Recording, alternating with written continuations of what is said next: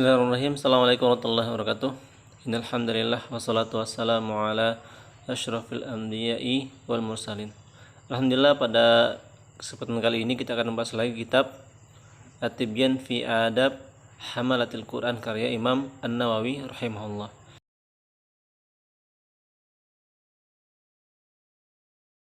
Insyaallah pada kesempatan kali ini kita akan masuk ke bab fi adab hamilul Quran. Adab-adab orang yang membawa Al-Quran atau adab-adab orang yang penghafal Al-Quran. Di antara adab-adab orang penghafal Al-Quran ialah dia mesti berada dalam keadaan paling sempurna dan berlaku paling mulia. Yang kedua, hendaklah dia menjauhkan dirinya dari segala sesuatu yang dilarang Al-Quran. Yang ketiga, hendaklah dia terpelihara dari pekerjaan yang rendah. Yang keempat, berjiwa mulia. Yang kelima, lebih tinggi derajatnya dari para penguasa yang sombong dan pencinta dunia yang jahat. Yang keenam, merendahkan diri kepada orang-orang soleh dan ahli kebaikan. Yang ketujuh, hendaklah dia seorang yang khusyuk, memiliki ketenangan dan wibawa.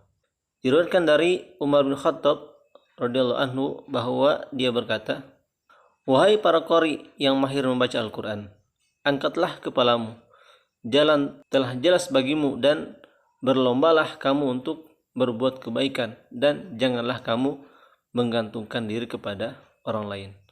Diriwayatkan dari Abdullah bin Mas'ud radhiyallahu anhu, ia berkata, "Hendaklah penghafal Al-Quran menghidupkan malamnya dengan membaca Al-Quran ketika orang lain sedang tidur, dan siang harinya ketika orang lain sedang berbuka." Maksudnya dia berpuasa di siang harinya ketika orang lain tidak berpuasa. Hendaklah dia bersedih ketika orang lain bergembira dan menangis ketika orang lain tertawa. Berdiam diri ketika orang lain bercakap dan menunjukkan kekhusyuannya ketika orang lain membanggakan diri.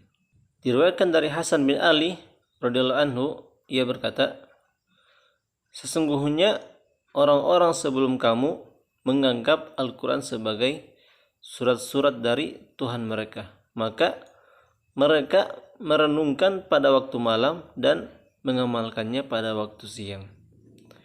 Diriwayatkan dari Fudail bin Iyad, ia berkata, "Penghafal Al-Quran tidak boleh meminta keperluannya dari seorang khalifah atau penguasa dan dari orang yang berada di bawah kekuasaannya."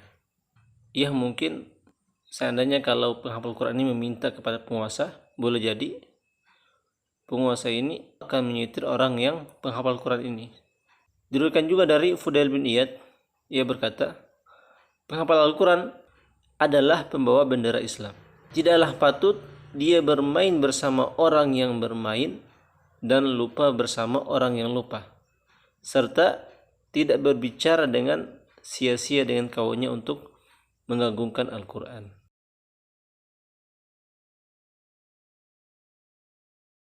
Kemudian kita akan masuk ke permasalahan fi tahzir min ittikhadil Quran ma'isyatan. Larangan menjadikan Al-Quran sebagai tempat pencari kehidupan. Wa fi hukmi akhdhil ujrah ala ta'limi, dan juga apa hukumnya mengambil upah atas mengajarkan Al-Quran.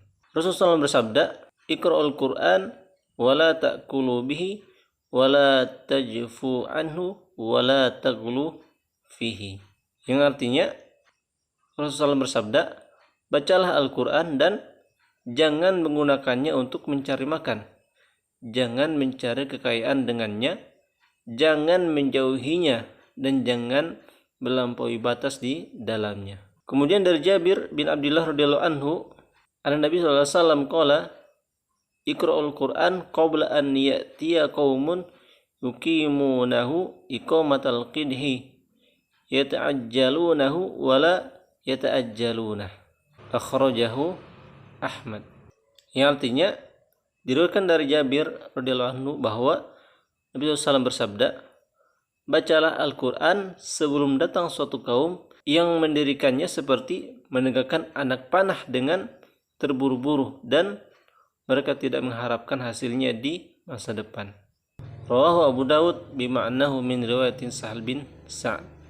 Ma'nahu yata'ajjaluna ajrahu imma bimalin wa imma bisum'atin wa nahwiha. Artinya mereka mengharapkan upahnya dengan segera, itu berupa uang atau kemasyhuran dan sebagainya, sehingga mereka tidak mendapatkan pahalanya di akhirat. Diriwayatkan dari Fudail bin Amrin radhiyallahu anhu, dia berkata, 2 orang sahabat Rasulullah SAW memasuki satu masjid. Ketika imam memberi salam, seorang laki-laki berdiri kemudian membaca beberapa ayat dari Al-Quran. Kemudian dia meminta upah. Salah seorang dari keduanya berkata, Inna lillahi wa inna ilaihi raji'un. Aku mendengar Rasulullah bersabda, Sayaji'u qaumun yas'aluna bil Qur'an, faman sa'ala bil Qur'an fala tu'tuhu, wa hadha isnad munqati'un. Fa inna Fudail bin Amrin lam yasma' as-sahabah. Dia mengatakan bahwa Rasulullah bersabda, akan datang suatu kaum yang meminta upah karena membaca Al-Quran. Maka siapa yang meminta upah karena membaca Al-Quran, janganlah kamu memberinya. Tapi istinad hadis ini terputus karena Fudail bin Amrin tidak mendengar dari sahabat.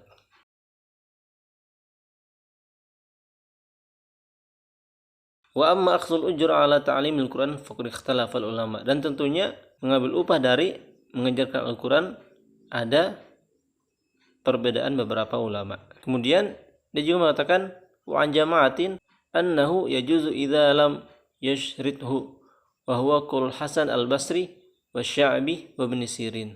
Dia juga mengatakan bahwa boleh mengambil upah dari mengajarkan Al-Quran selama belum mensyaratkan, yaitu pendapatnya Imam Al-Hasan Al-Basri dan juga Asy-Sya'bi dan juga Ibnu Sirin.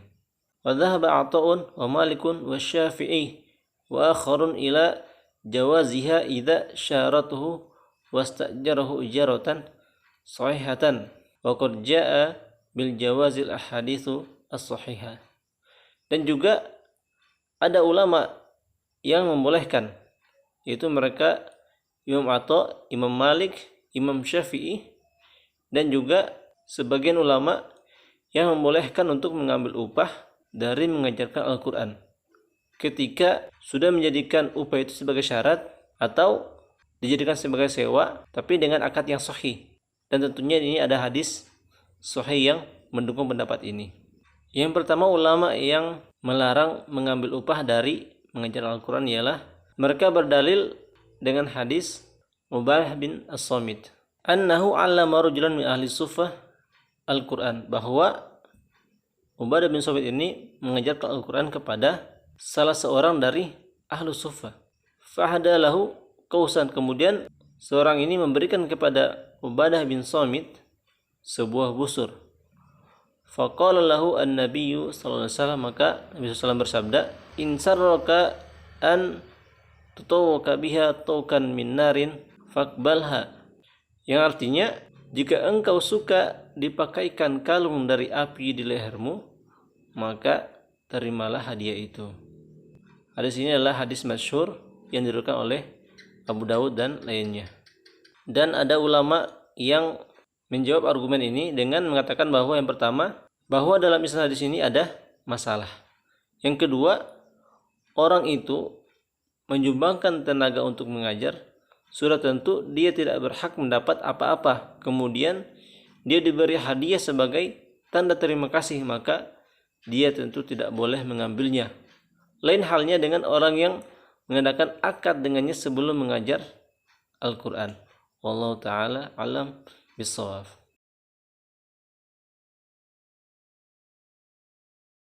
Setelahnya kita akan masuk ke pembahasan fi kalam an khatmil Quran fi muddati muayyan, yaitu berbicara tentang menghatam Al-Quran di waktu yang telah ditentukan. Ibnu Abi Dawud meriwayatkan dari sebagian ulama salaf bahwa mereka menghatam Al-Quran sekali dalam setiap 2 bulan. Dan juga ada dari mereka yang menghatamkan Al-Quran dalam setiap bulan. Dan juga dari mereka ada yang menghatamkan Al-Quran dalam 10 malam. Dan dari mereka ada yang menghatamkan Al-Quran setiap 8 malam. Dan dari mereka ada yang menghatamkan Al-Quran setiap 7 malam. Dan juga dari mereka ada yang menghatamkan Al-Quran dalam setiap 6 malam. Dan juga dari mereka atau dari ulama salafus soleh ada yang menghatamkan Al-Quran dalam setiap 5 malam. Dan dari mereka juga ada yang menghatamkan Al-Quran setiap 4 malam. Dan juga ada yang menghatamkan Al-Quran setiap 3 malam atau setiap 2 malam. Bahkan dari mereka ada yang menghatamkannya sekali dalam sehari. Di antara orang-orang menghatamkan Al-Quran sekali dalam sehari, di antara orang-orang yang menghatamkan Al-Quran sekali dalam sehari semalam ialah Utsman bin Affan radhiyallahu anhu, Tamim ad-Dairi, Sa'id bin Jubair, Mujahid, Imam Syafi'i dan lainnya. Di antara orang-orang menghatamkan 3 kali dalam sehari semalam ialah Salim bin Umar radhiyallahu anhu. Beliau adalah qadhi Mesir pada masa pemerintahan Muawiyah. Diriwayatkan bahwa Abu Bakar bin Abu Daud radhiyallahu anhu menghatamkan Al-Quran 3 kali dalam semalam. Kemudian diriwayatkan oleh Abu Bakar Al-Kindi dalam kitabnya berkenaan dengan qadhi Mesir bahwa dia menghatamkan Al-Quran 4 kali dalam semalam. Demikian ikhwah, mudah-mudahan ada manfaatnya. Billahi taufiq wal hidayah. Assalamualaikum warahmatullahi wabarakatuh.